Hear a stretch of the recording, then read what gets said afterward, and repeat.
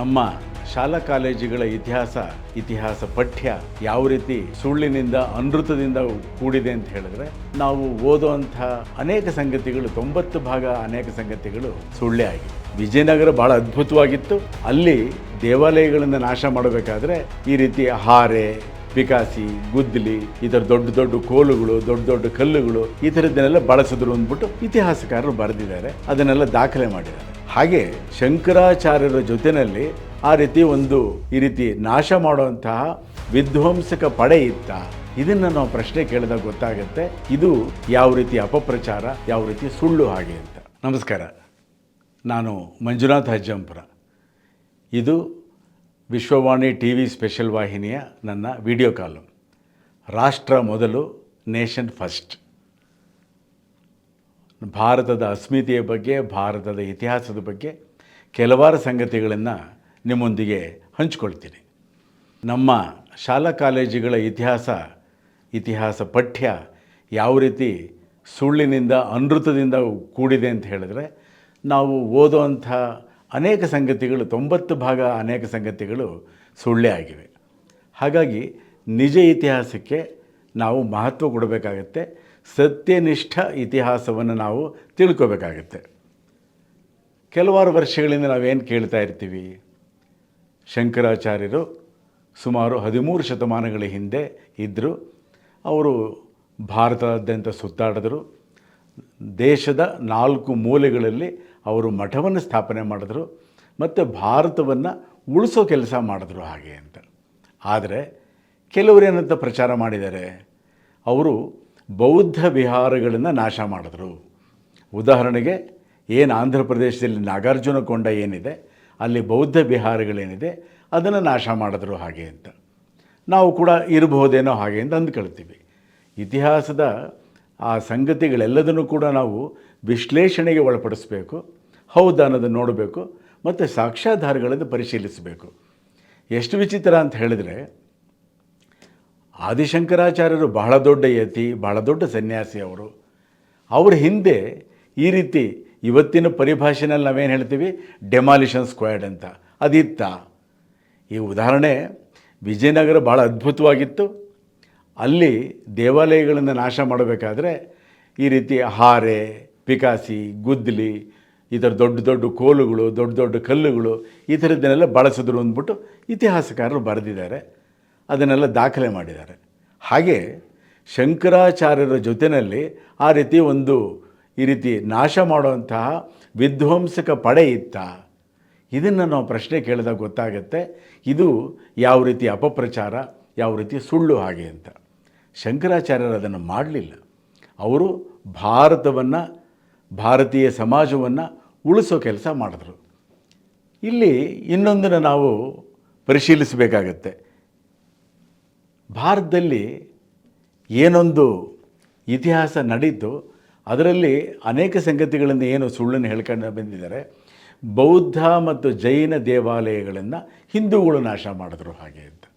ನಿಜವಾ? ಇದನ್ನು ಕೂಡ ನಾವು ಪ್ರಶ್ನೆ ಹಾಕಬೇಕಾಗುತ್ತೆ. ಸೀತಾರಾಮ್ ಗೋಯಲ್ ಅವರು ಭಾರತ ಕಂಡ ಬಹಳ ದೊಡ್ಡ ಇತಿಹಾಸಕಾರರಲ್ಲೊಬ್ಬರು. ಅವರು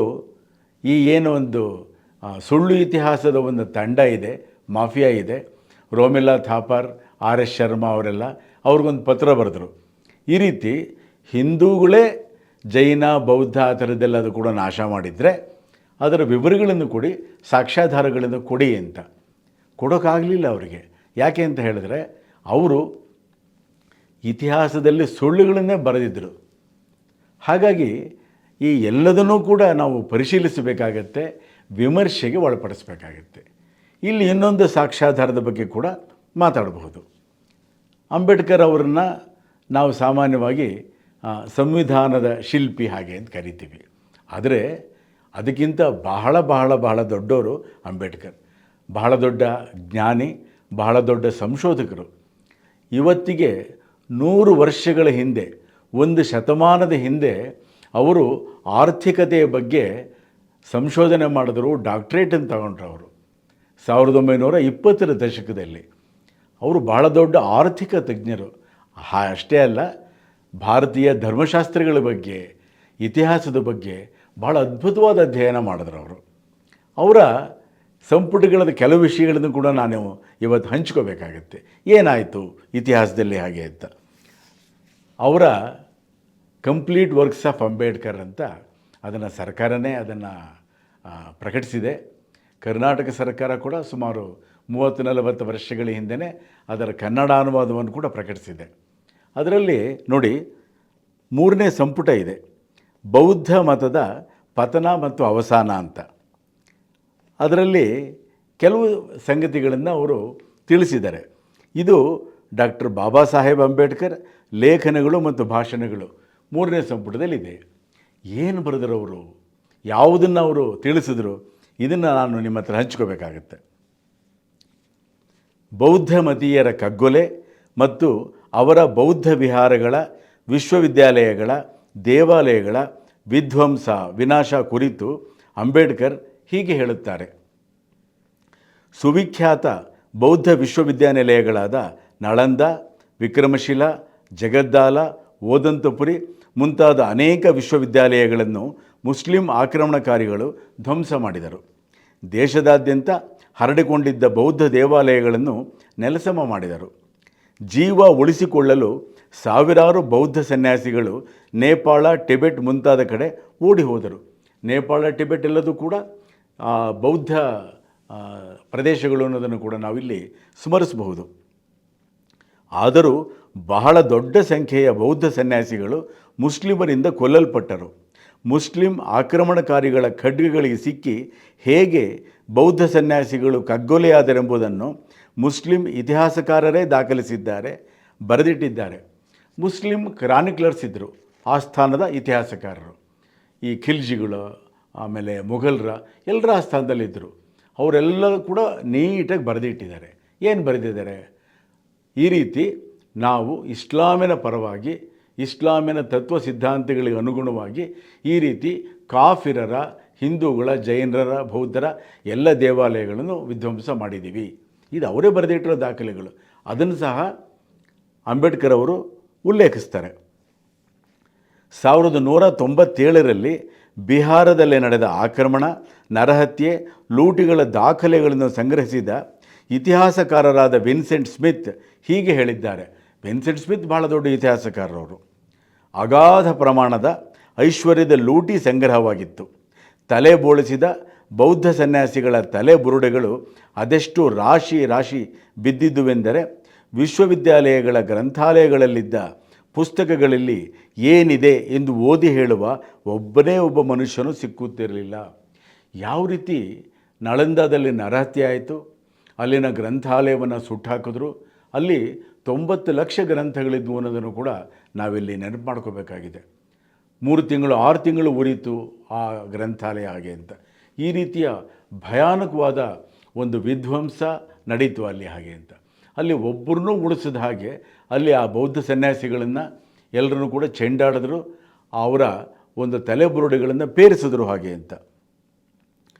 ಈ ರೀತಿಯಲ್ಲಿ ಬೌದ್ಧ ಸನ್ಯಾಸಿಗಳ ಮೂಲೋತ್ಪಾಟನೆ ಮಾಡಲಾಗಿತ್ತು. ಮುಸ್ಲಿಂ ಇತಿಹಾಸಕಾರ ಏನು ಬರೆದರು ಅದನ್ನು ಕೂಡ ಅಂಬೇಡ್ಕರ್ ಅವರು ಉಲ್ಲೇಖಿಸ್ತಾರೆ. ಅಲ್ಲಿ ಏನಿತ್ತು ಎಂದಾಗ ಅದು ಬೌದ್ಧ ವಿಹಾರ ಮತ್ತು ಬೌದ್ಧ ವಿಶ್ವವಿದ್ಯಾಲಯ ಇದ್ದ ದೊಡ್ಡ ನಗರದ ಕೋಟೆಯ ಒಳಭಾಗ ಎಂಬುದು ತಿಳಿಯಿತು.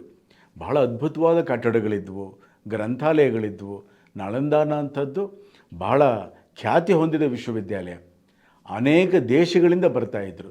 ಕನಿಷ್ಠ ಏನೊಂದು ಅನಾಹುತ ಆಯಿತು, ಅದಕ್ಕೆ 5-6 ಶತಮಾನಗಳ ಹಿಂದೆಯೇ ಈ ನಳಂದ ವಿಶ್ವವಿದ್ಯಾಲಯ ಕೆಲಸ ಮಾಡ್ತಾಯಿತ್ತು ಅಂತ.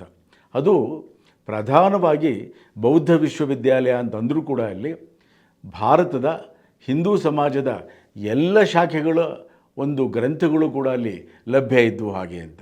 ವೈದಿಕ ಆಗ್ಬೋದು, ಶಾಕ್ತ ಆಗ್ಬೋದು, ವೈಷ್ಣವ ಆಗ್ಬೋದು, ಈ ಥರ ಎಲ್ಲ ಶಾಖೆಗಳ ಗ್ರಂಥಗಳು ಇದ್ದವು. ಎಲ್ಲದ್ರದ್ದು ಕೂಡ ಅಧ್ಯಯನ ನಡೀತಾ ಇತ್ತು ಹಾಗೆ ಅಂತ. ವಿಶೇಷ ಅಂತ ಹೇಳಿದ್ರೆ ಆ ನಳಂದ ವಿಶ್ವವಿದ್ಯಾನಿಲಯದಲ್ಲಿ ಒಂದು ಪ್ರವೇಶ ಪರೀಕ್ಷೆ ಕೂಡ ಇತ್ತು ಹಾಗೆ ಅಂತ. ಆ ರೀತಿ ಇತ್ತು. ಮತ್ತು ಎಲ್ರಿಗೂ ಕೂಡ ಉಚಿತವಾಗಿ ವಿದ್ಯೆನೂ ಕೊಡ್ತಾಯಿದ್ರು ಮತ್ತು ಉಳ್ಕೊಳ್ಳೋದಕ್ಕೆ ವ್ಯವಸ್ಥೆ, ಆಹಾರ ಎಲ್ಲದನ್ನು ಕೂಡ ಕೊಡಲಾಗ್ತಾ ಇತ್ತು. ಅಂದಿನ ಭಾರತೀಯ ರಾಜರು ಈ ನಳಂದ ವಿಶ್ವವಿದ್ಯಾಲಯಕ್ಕೆ ಯಾವ ರೀತಿ ಅವರು ಧನ ಸಹಾಯ ಮಾಡ್ತಾಯಿದ್ರು ಅಂತ ಹೇಳಿದ್ರೆ ಒಂದು ಸ್ಪರ್ಧೆ ಇತ್ತು. ನಾನು ಕೊಡ್ತೀನಿ ಹೀಗೆ ಅಂತ. ಇದು ಅದ್ಭುತವಾದ ಭಾರತದ ಪರಂಪರೆ. ಹಾಗಿತ್ತು ಮುಸ್ಲಿಂ ಆಕ್ರಮಣಕಾರಿಗಳು ಬೌದ್ಧ ಸನ್ಯಾಸಿಗಳ ಮೇಲೆ ನಡೆಸಿದ ದೌರ್ಜನ್ಯ, ಹಿಂಸೆ, ನರಹತ್ಯೆ. ಕೊಡಲಿಯ ಏಟು ಮೂಲಕ್ಕೇ ಬಿದ್ದಿತ್ತು. ಹೀಗೆ ಬೌದ್ಧ ಸನ್ಯಾಸಿಗಳನ್ನು ಪೂರ್ಣವಾಗಿ ಕೊಂದು ಹಾಕುವುದರ ಮೂಲಕ ಇಸ್ಲಾಂ ಮತವು ಬೌದ್ಧ ಮತವನ್ನೇ ನಾಶ ಮಾಡಿಬಿಟ್ಟಿತು. ಇದು ಅಂಬೇಡ್ಕರ್ ಅವರ ಸಂಗ್ರಹ ಮಾಡಿರೋಂಥದ್ದು ಮತ್ತು ಅವರ ಭಾಷಣಗಳ, ಉಪನ್ಯಾಸಗಳ 3ನೇ ಸಂಪುಟದಲ್ಲಿ ಅವರು ದಾಖಲೆ ಮಾಡಿರೋಂಥದ್ದು. ಭಾರತದಲ್ಲಿ ಬೌದ್ಧ ಮತ ನೆಲಸಮವಾಗಲು, ನಿಶ್ಶೇಷವಾಗಲು ಈ ಮಹಾನ್ ದುರಂತವೇ ಕಾರಣ. ಇದು ಸ್ಪಷ್ಟವಾಗಿ ಹೇಳ್ತಾರೆ ಅವರು.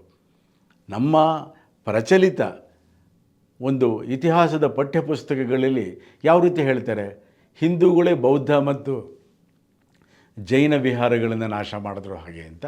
ಇದೆಲ್ಲದೂ ಕೂಡ ಅನೃತನೇ. ನಿಜವಾದ ಇತಿಹಾಸ ಏನು ನಡೀತು, ಯಾವುದಕ್ಕೆ ಏನು ಕಾರಣ, ಬೌದ್ಧ ಮತ ಭಾರತವನ್ನು ಬಿಟ್ಟು ಬೇರೆ ದೇಶಗಳಿಗೆ ಹೋಗೋದಕ್ಕೆ ಏನು ಕಾರಣ, ಎಲ್ಲದನ್ನು ಕೂಡ ಅಂಬೇಡ್ಕರ್ ಥರ ಬಹಳ ದೊಡ್ಡ ವಿದ್ವಾಂಸರು ತಮ್ಮ ಕೃತಿಗಳಲ್ಲಿ ದಾಖಲಿಸಿದ್ದಾರೆ. ಈ ಎಲ್ಲ ಸಂಗತಿಗಳನ್ನು ಕೂಡ ನಾವು ನೋಡಬೇಕಾಗುತ್ತೆ.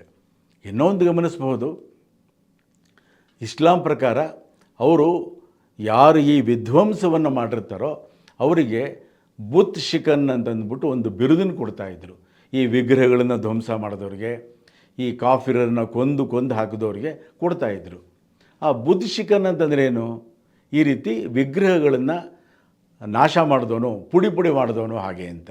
ಅದರಲ್ಲಿ ಆ ಬುದ್ಧ ಅನ್ನೋ ಒಂದು ಪದ ಇದೆಯಲ್ಲ, ಅದು ಬುದ್ಧ ಅನ್ನೋ ಪದದ ಒಂದು ಅಪಭ್ರಂಶ. ಬುದ್ಧ ಅಲ್ಲಿ ಎಲ್ಲ ವಿಗ್ರಹಗಳ ವಿಗ್ರಹಾರಾಧನೆಯ ಸಂಕೇತ. ಅಲ್ಲಿ ಬುತ್ ಶಿಕನ್ ಅಂತ ಹೇಳಿದ್ರೆ ವಿಗ್ರಹಗಳನ್ನು ನಾಶ ಮಾಡಿದ್ದವನು ಹಾಗೆ ಅಂತ. ಇದನ್ನು ಆ ಇಸ್ಲಾಮಿ ಆಕ್ರಮಣಕಾರಿಗಳು ತಮ್ಮ ಸೇನಾಪತಿಗಳಿಗೆ, ತಮ್ಮ ನವಾಬರಿಗೆ, ಸುಲ್ತಾನರಿಗೆ ಹೇಳ್ತಾ ಇದ್ದರು. ಅದು ಒಂದನ್ನು ಬಿರುದಂತೆ ಅವರು ಪರಿಗಣಿಸ್ತಾ ಇದ್ದರು. ಈ ಥರದ ಅನೇಕ ಇತಿಹಾಸದ ಸಂಗತಿಗಳನ್ನು ನಾವು ಅಧ್ಯಯನ ಮಾಡಬೇಕಾಗಿದೆ. ಸತ್ಯವನ್ನು ನಾವು ತಿಳ್ಕೋಬೇಕಾಗಿದೆ. ವಿಶ್ವವಾಣಿ TV ಸ್ಪೆಷಲ್ ವಾಹಿನಿಗೆ ತಾವೆಲ್ಲ ಚಂದಾದಾರರಾಗಿ ಸಬ್ಸ್ಕ್ರೈಬ್ ಮಾಡಿ, ಕೇಳಿ, ನೋಡಿ. ನಮಸ್ಕಾರ.